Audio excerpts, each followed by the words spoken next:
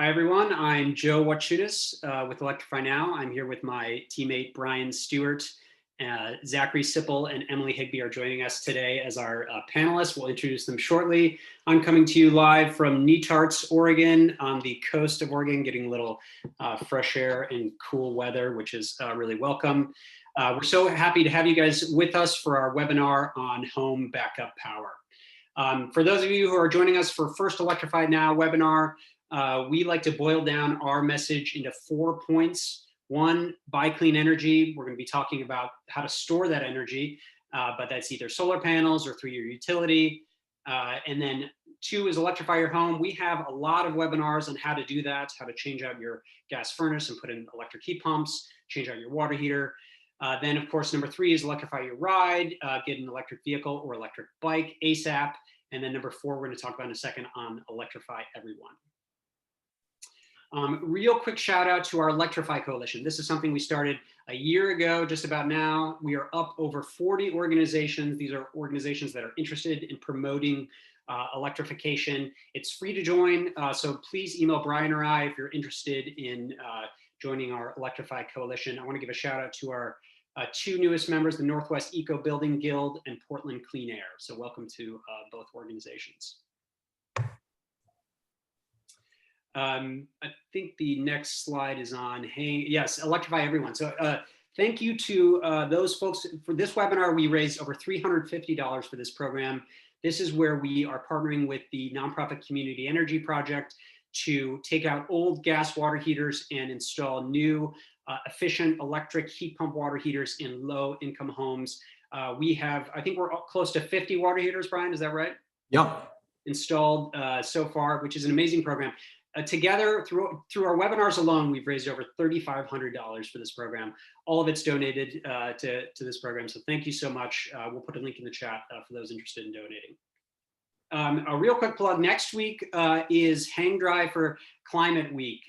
This is from the 22nd to the 28th. We're partnering with a couple great nonprofits. This is the 3rd annual where we are encouraging folks to hang dry their laundry like they do in almost any other country in the world. Take a picture of it and put it to post it on Instagram at #HangDryWeek. You can also go to hangdry.org. I'll put a link in the chat to check out more information. But join us for that and our webinar next week on low impact laundry. Not only are we going to be talking about hang drying and why it's so great, but also heat pump dryers, which I'm really excited about. I don't know a lot. And we have a great guest from NIA on there to talk about heat pump dryers and how they use 60%, or they save 60% energy compared to your typical dryer.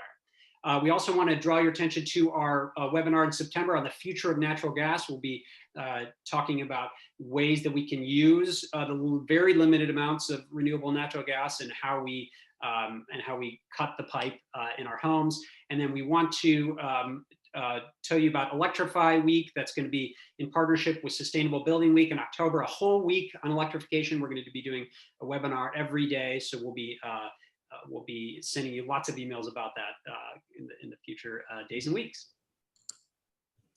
Okay, thanks, Joe. So, normally, like Joe said, we're talking about all these optimistic subjects like how we can electrify our homes to save money, save energy, and avoid the worst effects of climate change by helping to transition our energy systems to clean renewables. But today we're talking about the other side of the story, which is how we prepare ourselves for the inevitable changes to our climate that we're already starting to see. And whether it's the things like the natural gas pipes freezing like they did in Texas, which caused those huge power outages with really drastic consequences last winter, or here in Oregon, we had our own winter Armageddon with power lines going down. And I think we had outages that lasted over a week in some places here. And then, of course, wildfire is another source of threat to our energy systems, which can lead to power outages. So all these things just make it more top of mind for us to be prepared to keep ourselves safe and comfortable when these inevitable things happen. So specifically today, we're going to be talking about home backup power as the main topic. And we're going to be, I think, devote most of our time to battery systems just to help people understand what those are, how they work, what they're like, how they interact with solar power, although you don't have to have necessarily solar in order to make them work. We're going to talk a little bit about the difference between battery systems and generators, and then also some just low-cost resilience measures that you might want to consider for your home. And then importantly, we're going to talk about air filtration and air monitoring, which now that wildfires are more of a regular occurrence here, it's a really important thing for people to get educated on. And there's some really low-cost ways to help keep yourself safe from smoke and particulate matter. So we're really excited about our guests, our two guests today. Let me introduce them. We're going to start with Zach Sippl from Elemental Energy. He's the sales and development manager there, working with the team to design systems for rooftop solar and also energy storage systems. They work throughout the Portland region, and Elemental is one of the leaders in residential and commercial solar installations here in Oregon and Southern Washington, and they've won several top awards. They're one of the people we love to point people to if they're interested in solar for their homes. We also have Emily Higby from Redwood Energy. Redwood Energy, just so you know, is like one of the leading organizations around electrification and how to do it effectively, cheaply, and how to solve tricky electrification problems. Whenever we have anything tough on the electrification landscape, we always reach out to our friends at Redwood, and Emily specifically manages the staff of researchers there on solutions for building electrification. She's done a lot of work around domestic hot water and home resilience for extreme weather. And she's a big part of Redwood Energy's ongoing zero emissions construction guide. So thank you to Zach and Emily both, and for helping us out today. And we're going to turn it over to begin with to Zach. So take it away, Zach. Let me. Am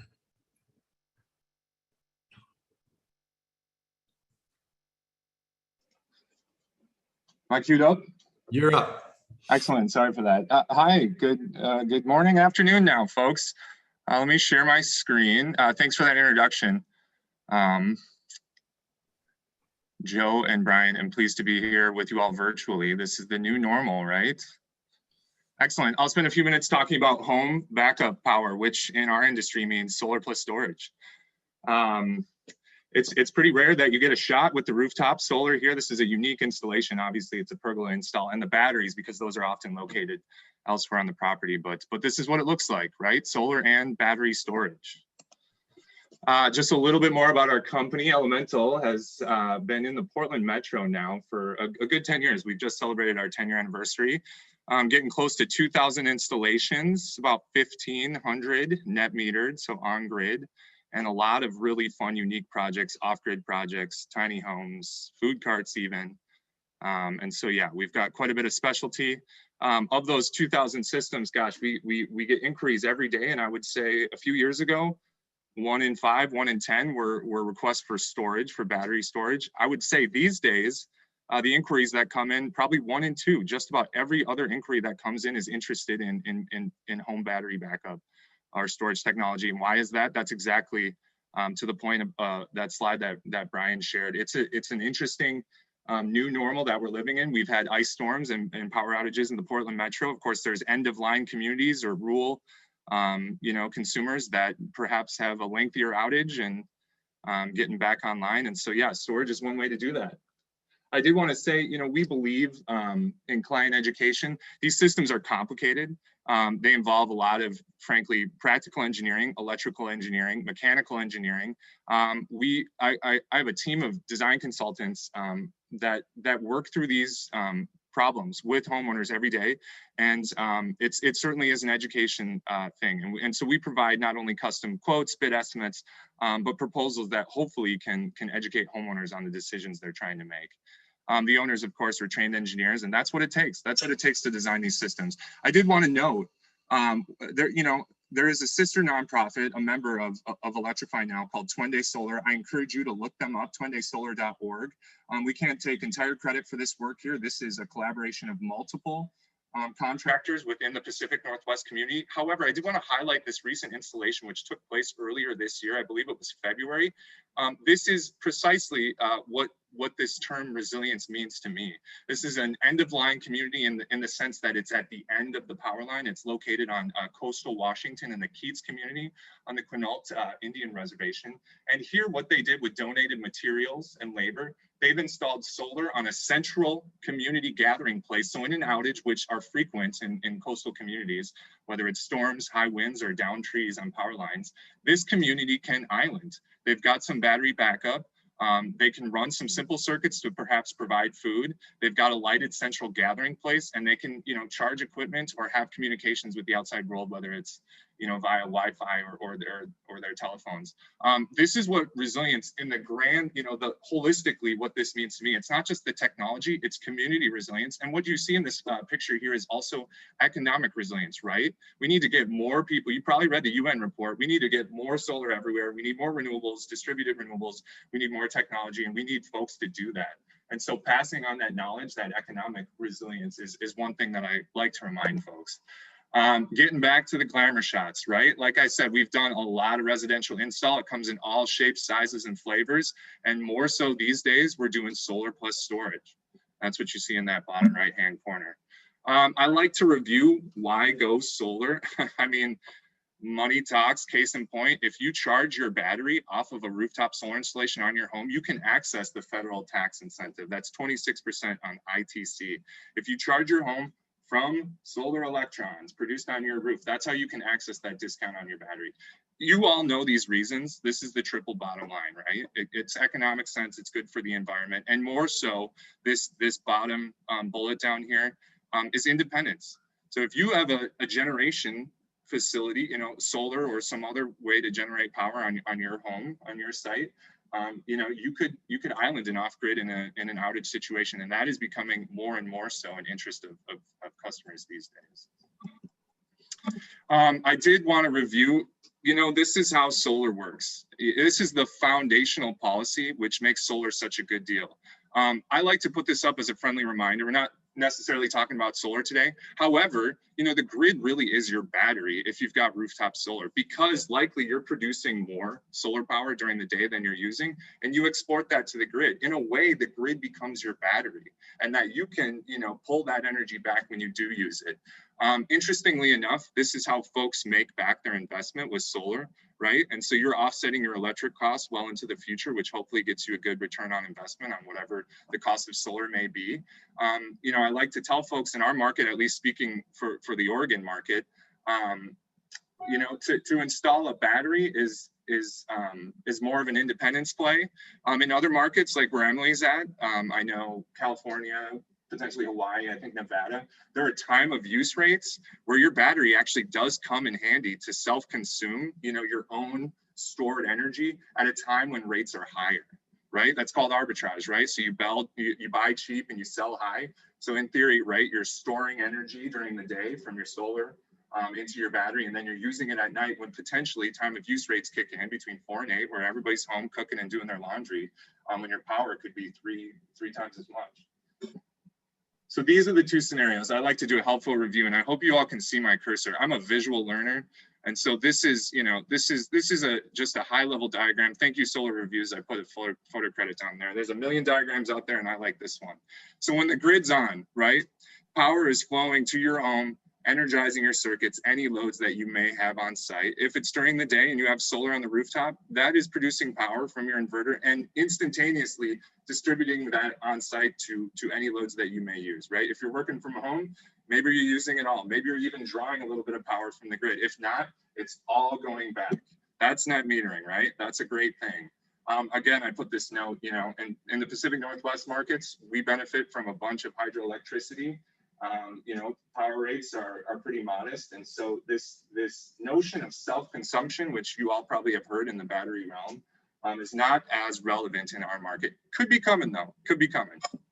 This is scenario 2, right? The grid's down, so what are you gonna do? Well, I had to draw in this little symbol here. This is a transfer switch. Historically, some homes do have manual transfer switches.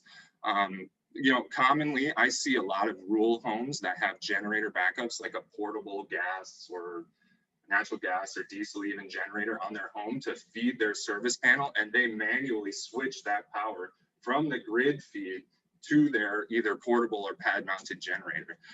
If you're doing this with modern technology, this looks like an automatic transfer switch, right? This is a device that almost instantaneously detects when the grid frequency is out, will island your home away from the grid, and then start to tell your solar system, your inverter, or your batteries that, hey, you need to dispatch. This usually happens within a couple milliseconds and seamlessly transfers over your power. This every home solar plus storage battery system has this device. So again, visual learner, right? This is what it looks like on the wall. Now, this is a little misleading because a lot of these parts of the home are not co-located.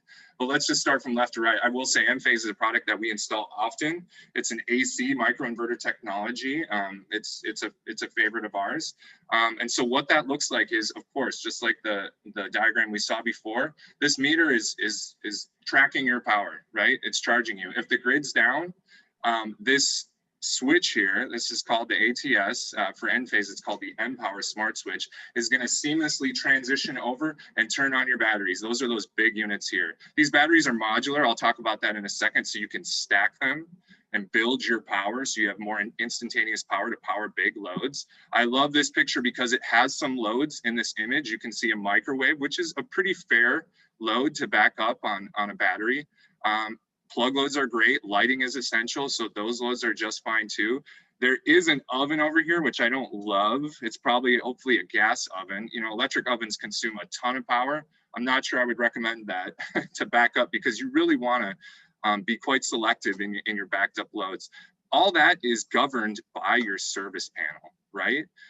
Typically, I would say most of the time, we're installing sub panels and migrating loads. So, you know, you've seen a service panel. It's probably about this size. It has anywhere between, it's usually about a 40 breaker space service panel. You know, we're putting in sub panels with devoted backed up loads for just your essential appliances. Most often these days, I see refrigerator, plug loads, and lights. That's probably what you can get by with most entry level batteries these days. So let's take a look at that. These are the products, you know, I'd say there's about a dozen manufacturers out there. These are the projects that we specialize in. We put these in every week. Tesla is the big beast, right? They've changed the game in terms of storage, of course, with electric vehicles and now home battery backup. You know, the Powerwall iterations of Powerwalls 1, 2, and, you know, we'll see if there's a new Powerwall in the future here. Yeah, this is what this looks like. Of course, very cost competitive and a powerful unit and pretty sleek design. The other battery backup technology that we're installing is the Enphase system. That's called the Ensemble. Great system there and some added functionality, which I'll get into. And LG is a pretty reputable electronics you know, brand, and they produce their own battery. It integrates really well with a different type of solar architecture. It's DC architecture and the Solar Edge system. This whole system is called the Energy Hub and features devoted EV charging, which is great. And so there's some different functionality to all these systems. You know, all are wonderful. Of course, money talks. So I did want to throw some numbers up here.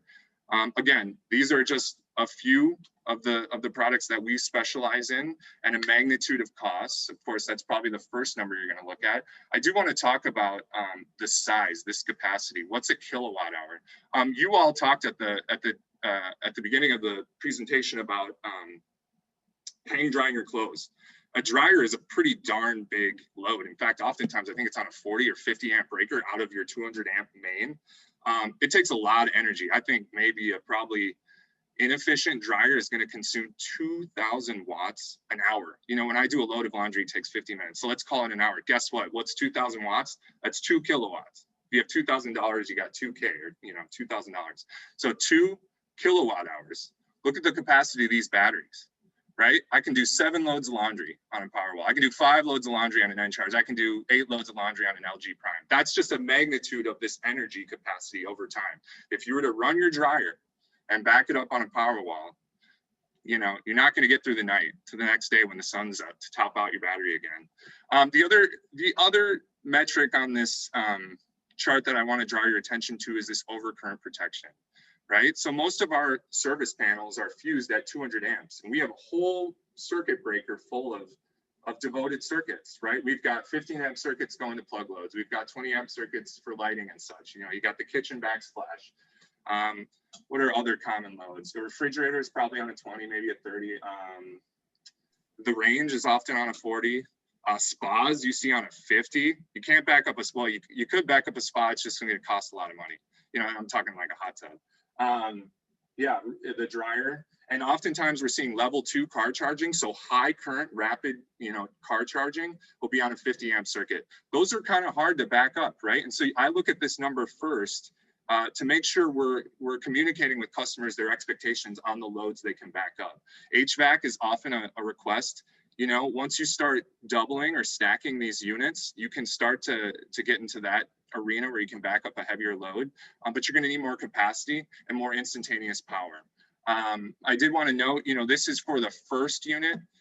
Installing the transfer switch, doing the engineering design and going through, you know, all that is going to cost, you know, and initially, you know, this magnitude of cost. The second unit, and to stack these units to get more instantaneous power, is less. I would say most folks start with 2 units on their home, and it's coming in around $30,000 across the board, roughly. Of course, there's different considerations, sub panels, locations, trenching, all that for each job. That's entirely unique. I put some notes down here. You know, this technology is coming up. I feel like every month we're reading new white pages and technical briefs on the technology. Enphase has some great integration with generators. So if you want to back up modest electric loads, that's great. And then for heavier loads, you can have a generator on standby to kick in if you need your AC or whatnot.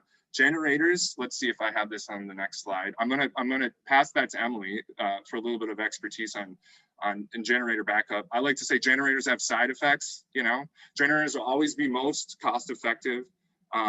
You know, you can go to Home Depot, I suppose, and get one off the shelf for several thousand. But they have side effects. You've got to think about fuel. You've got to think about pollution. You've got to think about noise. And so yeah, that's that. We talked a little bit about this. So recap, high level, some considerations I'd like to remind folks. You got to think about your backed up loads. You know, unless you've got a Cadillac fund or a pie in the sky, you know, unlimited funds, it gets pretty pricey pretty quick to do a whole home backup. And so we're migrating these loads into a devoted sub panel of backed up loads for just the battery in an outage. Costs, I like to say, rule of thumb, double.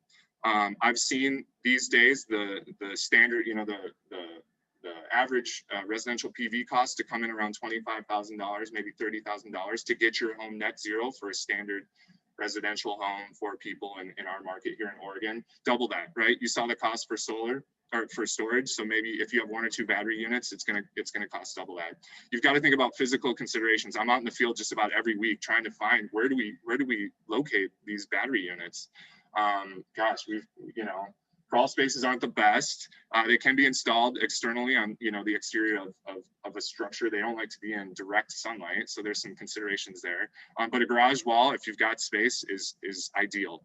And availability. At this point, you know, we can really only get one product. Tesla is backward probably until next year. I would love to see those units. We've got a long wait list on power walls, and I'm starting to see supply chain shortages across the battery storage technology industry really start to come into effect as a result of you know, these months during the pandemic. We talked about this, and Emily's going to dig into this a bit deeper. I do a lot of site surveys where folks already have a manual. This is the transfer switch here, right? With the generator backed up. It's a trusty standby backup power source in many parts of rural and hard to reach regions across the states.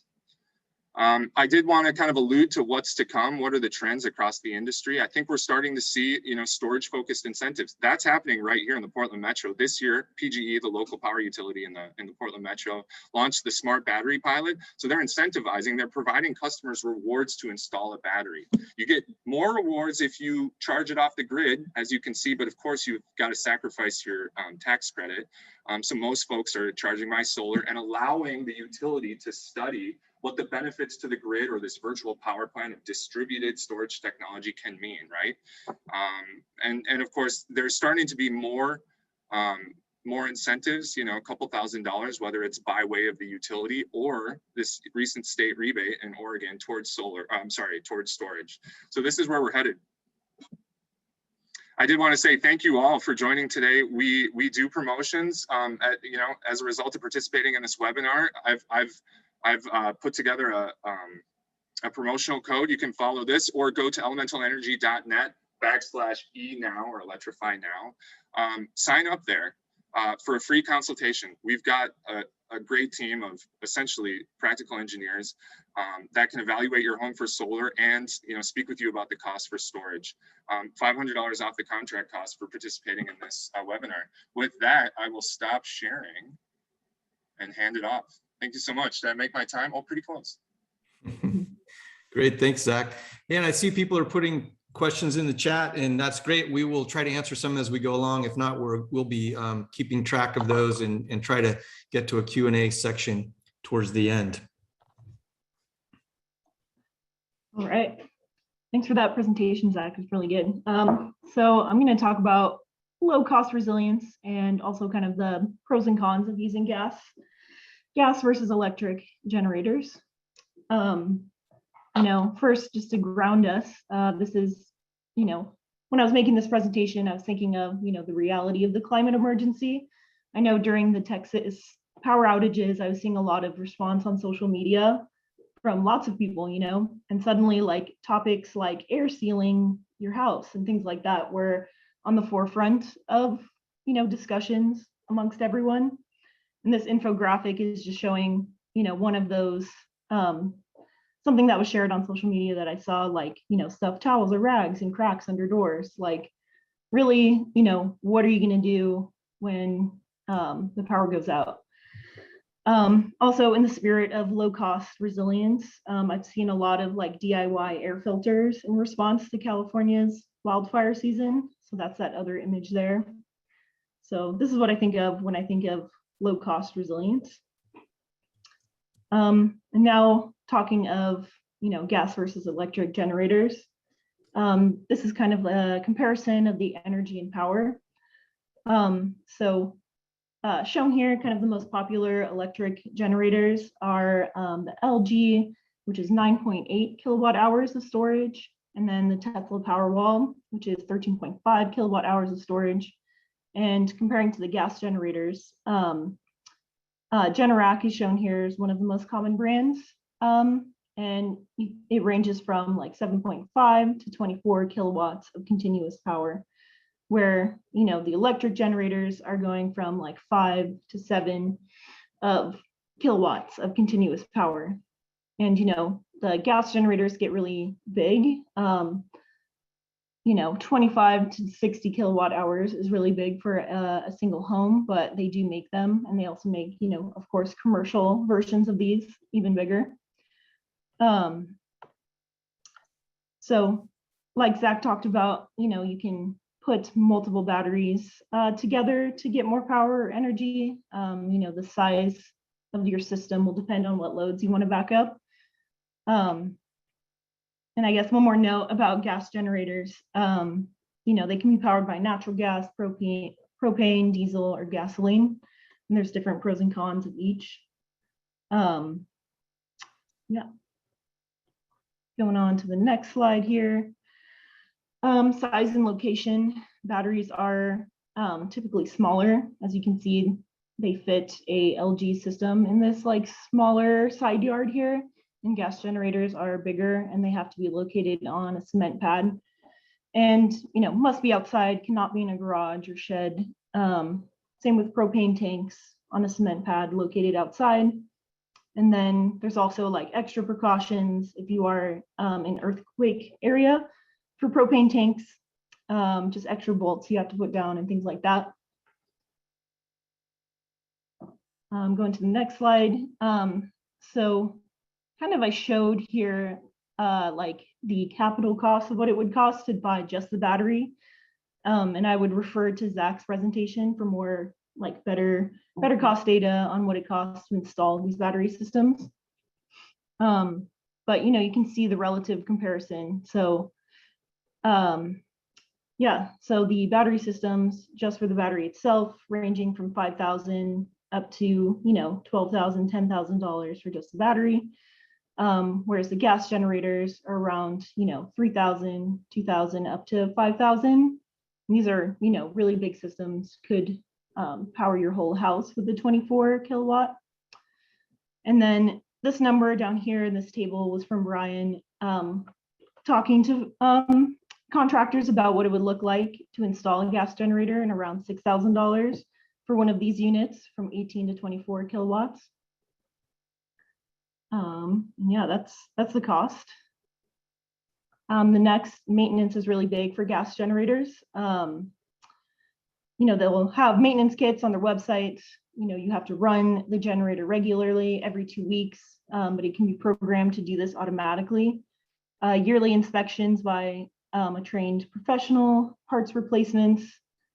So, you know, your oil filter, your air filter, things like that, spark plugs. And then for electric generators, there really is no maintenance, just keeping it free of debris. And then noise is pretty big. Gas generators do make a lot of noise. It's like a gas leaf blower next to your house. You know, 50 to 70 decibels at 23 feet away. Whereas electric generators are quiet, virtually no sound, under 40 decibels. It's like the ambient noise of a library. And then going into health and safety, you know, it was interesting seeing after the, you know, California's shut-off events, you saw a lot of news stories popping up of fires being sparked by gas generators. And, you know, if you're doing all your maintenance correctly, that won't be an issue, but that's, you know, why the maintenance is so important. And, you know, when the gas generators are running, it also emits carbon monoxide. So, you know, installing carbon monoxide meters where appropriate, locating the generator away from windows and doors, and then storing fuel outdoors. That's the recommendation, to always store your fuel outdoors if it's not hooked up to the natural gas system. And I, you know, reading online, gas can be stored from like 6 months to a year, so it's not indefinite. And if you do, you know, if your gas isn't good and you put it in your generator, you can, you know, cause it to choke and the generator won't work anymore. So, you know, it's important to store your fuel properly, and then, you know, proper maintenance as well. And, you know, conversely, electric generators, no pollutants when running. There is a fire risk, but it's much lower than the gas generator equivalent. You know, you can locate them in a garage without much worry. And then the next, so other resilience considerations. So for electric generators backed up with solar, it's islandable and can run indefinitely if sized correctly, you know, for your critical circuits or whatever loads you want to back up. And it does have an opportunity to pay itself back, but, you know, like Zach was saying at the beginning of the webinar, that, you know, it's dependent on your time of use, what's available where you are, your rates of where you are. But there is that potential to pay itself back. Gas generators, just a few other notes when talking about resilience. You know, if you have a natural gas generator, you know, during the, you know, in California, the public safety power shutoffs, a few instances, the natural gas network was shut down as well. And, you know, also after earthquakes, which is a big deal in California, it damages the natural gas network and can be out for, you know, a few days up to weeks at a time. And then also during power outages, if you have a generator that runs on gasoline, gasoline stations, you know, the pumps require electricity. So that is a potential. You can't necessarily refill it if there's a major power outage. And then one more note I came across in my research: natural gas networks usually take longer to restore. And this is more like, you know, if you're considering mixed fuel versus an all electric home, workers visit each customer's home or business. They have to inspect the meter for leaks, clear the gas lines, and restore, you know, when they're restoring the service and relighting pilot lights. All right, so the next kind of topic I wanted to discuss is the, you know, lower cost batteries. Like, what do those look like? What are their capacities? What can you charge on them? what can you use them for? And, you know, there's a lot of different brands that are making these now. They range from the hundreds of dollars up to the thousands of dollars, where you're getting into basically whole home systems that are portable. And I think, you know, the portable systems are desirable because, you know, the tiny home movement is pretty popular, van life movement. So I can see, you know, a lot of these trending and people wanting the portable aspect of them. And that's, you know, why someone might buy this very large portable battery. You know, that's relatively the same in cost to some of those other larger battery systems like the Tesla Powerwall and the LG. You know, a lot of these come with kits as well with solar backup. So, you know, they're solar ready. And the solar panels vary in cost as well.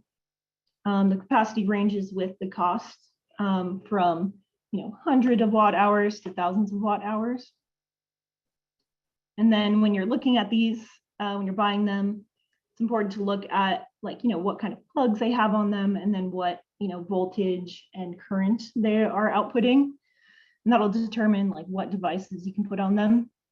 So these smaller three here, they do have AC plugs, but these larger three on the right here, you can see that the AC plugs range from 2.5 amps up to 16.5 amps. And, you know, with 16 amps, you don't really have to worry like what things you're plugging in. You know, it has a lot of power. And yeah, the charging time ranges as well. And that's the last row there. So moving on, I just wanted to show some of the available plugs. This is a Goal Zero brand. They have USB ports. They have like car ports. They have DC power car ports that are 12 volts. And this one has 220 volt plugs. And there's different ways to charge them. So like regular kind of slower charging, and then some of them have high power charging. And then this one has a additional port for if you wanted to put in an expansion module. So really, if you're going to get one, look at, you know, what kind of ports they have and that kind of thing. Moving on, so a few of these have, well, I really only see this for Goal Zero products. And just a disclaimer, I'm not necessarily promoting Goal Zero products. You'll see a lot of them here, but they just have a good website and they have a nice range of different products to show. And they also have this like expansion kit that you can get that has a home integration kit, and it has like a kind of like a sub panel with 4 circuits that you can install. But, you know, that's, you know, must be installed by an electrician. And then, you know, there's lots of these smaller batteries with solar backup. Kind of the lowest cost version I could find was around $800. And then, you know, getting up into the thousands of dollars as well, buying multiple panels, a large battery, you know, for around $6,000, $5,500. And this slide, I kind of just wanted to show, you know, how long does it take to recharge these batteries if you're using solar. And then this is for a Goal Zero Yeti 1000. So they kind of give you a breakdown, you know, of their different products, showing that a good solar charge can be from 25 to 50 hours. Better solar charge from 12 hours to 24 hours, and then the best solar charge from 6 hours to 12 hours. And those panels range, you know, from $150 up to like $500 for the different things they offer. And they also offer ones that are portable as well, that can fold up and, you know, you can take with you. And then these others too, you know, you would set up and they're not necessarily that portable. Moving on. So I also wanted to cover, like, you know, what can you put on these batteries, and, you know, what kind of cooking does that look like? And I kind of, you know, did some research on low power electric cooking. What options are there? what options out there. And, a typical electric cooktop, either electric resistance or induction is 240 volts and 30 or 40 amps. So very high power. The single plate, hot plate, for example, is, 120 volts and 8.3 amps. So you can run one of those on some of the batteries I was showing. And then, they also make even lower volt or lower amperage, just the regular plug-in electric griddle. And then for my research, it's kind of fun finding this Road Pro brand that, truckers use. And they have skillets, they have like a car oven that keeps your food warm, and they have like a crock pot kind of thing that uses the 12-volt plug. So you could definitely use one of these on some of those batteries that I was showing before. And so this is kind of the result of me finding, low cost options. What can you put on one of these batteries? So, to keep yourself warm and cool, you can have an electric blanket. You can have a personal evaporative cooler, a portable fridge. You can also have, a full-size fridge as well, depending on what size of battery you want to have. And then, adding in the 12-volt roaster by Road Pro, the crock pot like thing, LED lighting. There's lots of options for LED lighting out there that are, rechargeable. They have small batteries in them that you can recharge. And of course, phone and laptop charging, essentials these days. Definitely, you want to keep your phone charged during disaster events. So this all fits onto the $2,000 Goal Zero 1500 watt hour battery system. And then, this is a complementary, the fastest option for recharging it, the solar panels, for around $800. So, this whole package would cost around $3,500. So, depending on who you ask, that's lower cost compared to, a full home system. But, these are your basic essentials you could fit on one of these batteries. And, Goal Zero, for example, has 2 batteries that are bigger than this. But of course, they get more expensive the bigger they are. And then lastly, I kind of had some fun slides. The BioLite is a pretty cool product. Sean Armstrong has one and he loves it. And basically you can put twigs in it, made for backpackers. You can put twigs in it, and through burning the twigs, you can charge your phone. And, this company also has LED lights that you can charge with them. They have lots of cool lights. They have string lights. They also sell their own wood pellets that you could use. And they also have a larger version that's more like a camp stove. You can close it up. You can close it up and have it burn for, up to 24 hours, depending on the fan speed. And then lastly, some extra resilience. You can have battery backup light bulbs. A few of them you can unplug or unscrew and then use like as a flashlight. And lastly, I wanted to talk about resilience with vehicles. So vehicle to grid charging is coming to the US. These are a few companies that I know of, not available yet, as far as I know. The Wallbox, Asiaco, the DC Bell. And the Asiaco system actually has its own inverter in it as well, so it pairs with solar nicely. The Nuve is going to have a vehicle to grid charging system. And then Fermenta Energy also on their website, they're hinting at it, but they don't really have any details out. And of course, it's cool to see, Ford and other major car companies talking about this as well. And, on their website, Ford, the Ford F-150 Lightning saying you can power your home for 3 days or up to 10 if you're rationing power. And, just to compare the capacity of some of these electric vehicles to, your Tesla system, your Tesla Powerwall, or your LG. So they are like much bigger in capacity. So, if you already have an electric car, it would definitely benefit you if you could use it to power your home. So the Tesla Model S has 60 kilowatt hours, whereas the Tesla Powerwall is around 13 kilowatt hours, for example. You can see, the Nissan Leaf also around 62 kilowatt hours. And yeah, so that's it for me. Thanks, everyone. Great, thanks so much, Emily. We'll kick over to Brian for quick notes on some air purifiers, and then we'll get to Q&A. Thanks, folks. Keep the questions coming.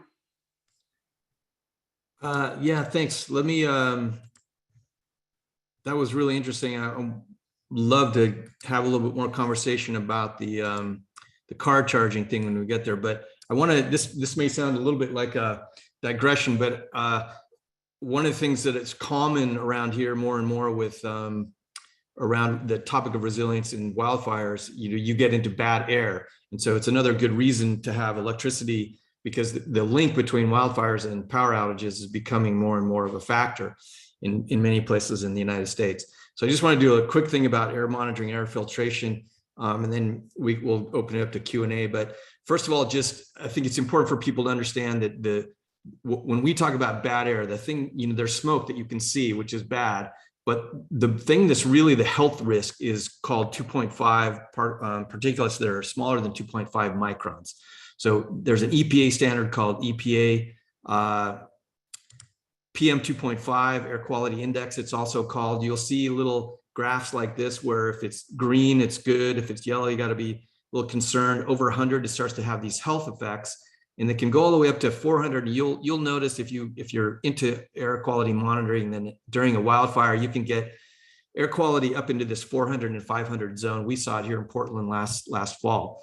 But the reason why you should be worried or aware of this is because there's serious health risks from inhaling 2.5 micron particles for a consistent amount of time. And they range from heart disease, lung disease, asthma, and bronchitis, but even it's being linked now to dementia and other illnesses like that. So I guess it's good to familiarize yourself with this EPA 2.5 air quality index.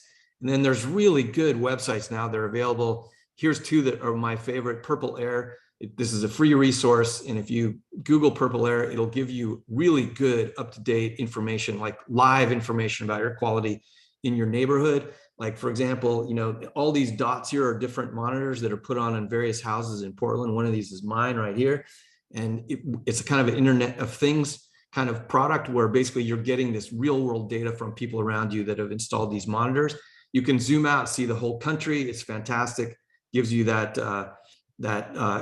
color-coded information we're talking about. You can also get a really good app for your phone called Air Visual Air Quality Forecast, another free app. I highly recommend it. It does basically the same thing as Purple Air, but also will give you a kind of a forecast for what's expected to happen in your area over the next few hours. So this is a great thing to just get yourself more in tune with. Obviously, during wildfires, this is a problem, but you will notice if you pay attention that even on blue sky days where it looks great, diesel particulate and other things that might be happening in your neighborhood can be contributing to bad air without you even being able to see it. The other thing that I would highly encourage people to check into is indoor air quality monitors. There's really good low-cost devices. Here's two of my favorites, the Aware product for about $150 and IQ Air Visual for a little bit more than that. They both will give you really good indoor air quality data. I like the IQ Air one because it also gives you your local outdoor one, all in the same really easy to read visual, but they're both really good products. I've even used these to find sources of leaks in my home during the wildfire season last year. I was trying to figure out how come I couldn't keep my home clean. It turned out there was a leak in one of my those recessed cans in your ceiling for lighting. I had basically a passageway from the outdoors into that, and it was streaming this bad air into our house.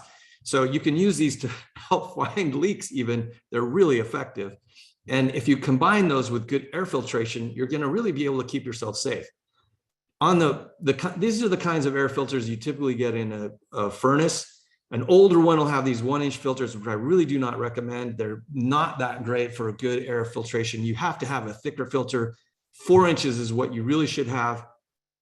You may even consider changing the opening on your old furnace to accept one of these larger air filters.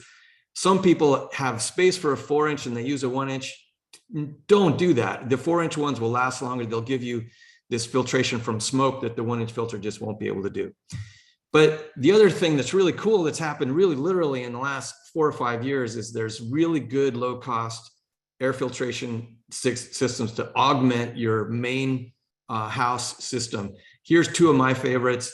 Blue Air is a brand that does really good products. I've got several of theirs. I can tell you they work because we have those indoor air monitors, and on bad air days, you switch these on and you'll see in minutes it makes difference to bring the air quality in your house down to a safe level. You can get a small one for your bedroom for a little over $100 and a larger one that'll take care of large rooms or even multiple rooms. They have what they call a HEPA silent filter technology that isn't exactly HEPA, but it's really close. But HEPA silent will give you more air filtration, like more air capacity, more air flow. And Coway does a true HEPA filter, also a really good product. You get slightly less air movement in your house. And these are slightly more expensive, but these are 2 really highly rated products that I would definitely recommend. All right, I think we should stop there and turn it over to our panelists for questions. I've got one teed up with you. Yeah, why don't you start off, Joe? Cool. Yeah, well, so we did hear from folks asking a lot. We get people tuning in from all over the country. What about, resilience in colder climates? And if you have an all electric home in a colder climate and it goes down in the winter, is that possible to put on battery backup? Any other suggestions on resiliency in colder climates? That's for either Zachary or Emily. I'll rock, paper, scissors you, Emily.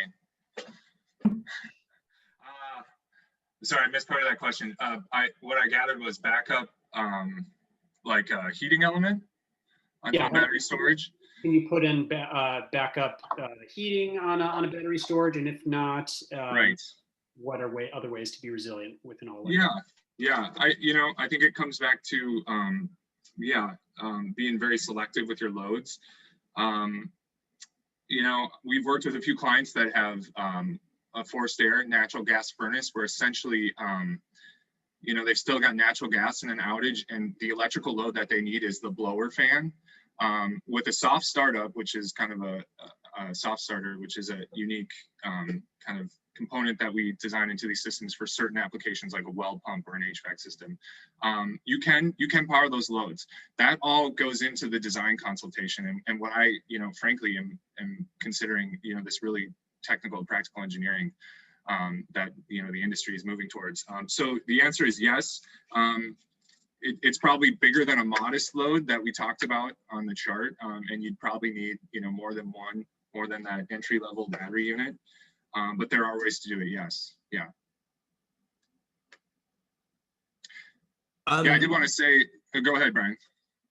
Yeah, I was just going to say, I think the short answer is you need more batteries. If you're going to add HVAC, you're going to definitely need to add more batteries. And then there's some hacks like Emily mentioned, to get around this. You can do, but even those small little portable electric heaters, those can eat up a lot of power, right? Mm-hmm. Yes, they can. But much less than a central system with like electric resistance backup. Those use a lot of power. Sean and I were discussing a strategy, like what if you had like a multi-head mini split system, what if you were able to run just one of your mini split systems on the backup battery? You could have one room that could be your resilience room. So I can think of strategies where you can have heating and cooling on a battery, but to a lesser degree. Yeah.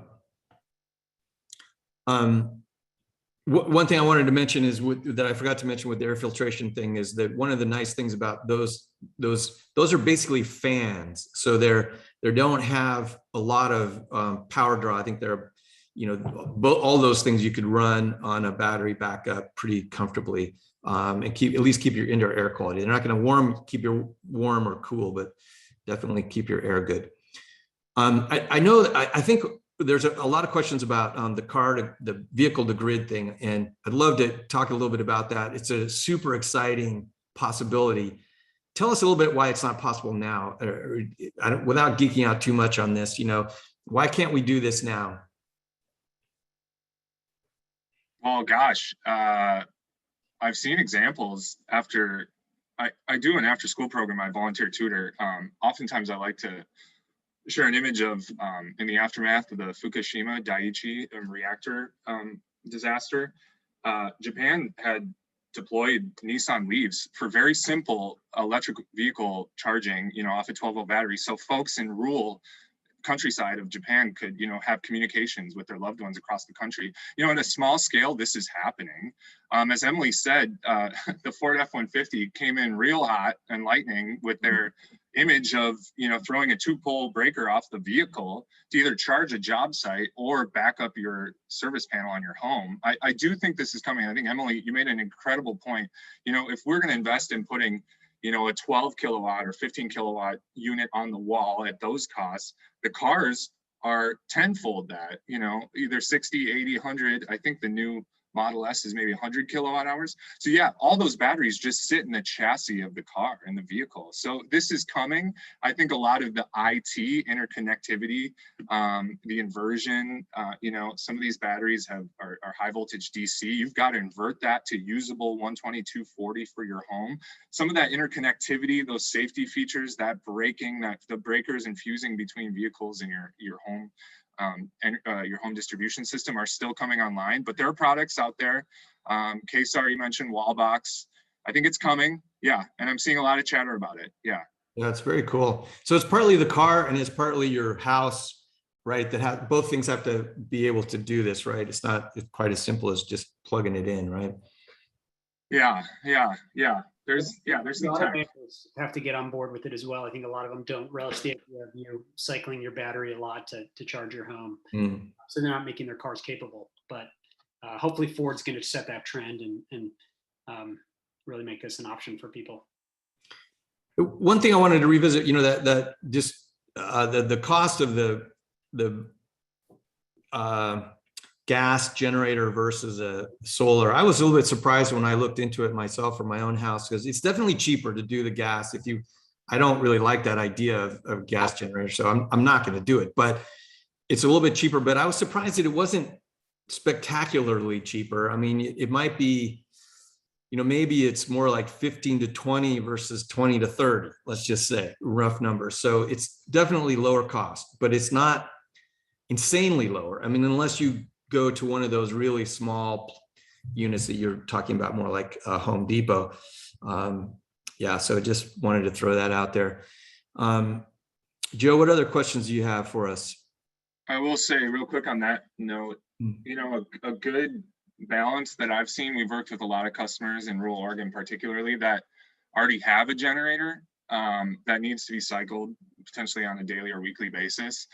Those are great for heavy loads, heating and cooling perhaps, but maybe they'll get by on a modest sized home battery through the day on their small loads. That's called generator integration. Some products are better at it than others. Generators produce a really chunky sine wave, an electricity pattern that's hard to read by power electronics. And so that type of operability and integration is coming slowly with the manufacturers. But I would say, probably a more cost-effective solution could be a hybrid of the two, generator integration. So that's coming. That's right. But a lot of questions about battery costs. I mean, do you guys have any visibility into, in general, I would say battery costs have been following the same curve that solar and wind have been following, which is that they get pretty dramatically cheaper every several years. But are we still expecting that to happen or seeing that happen? And in practice, are we seeing that happen? Like, are these like the Tesla Powerwall, for example, is it cheaper now than it was 5 years ago? Our prices are going up sadly. Shortage and supply. I know less about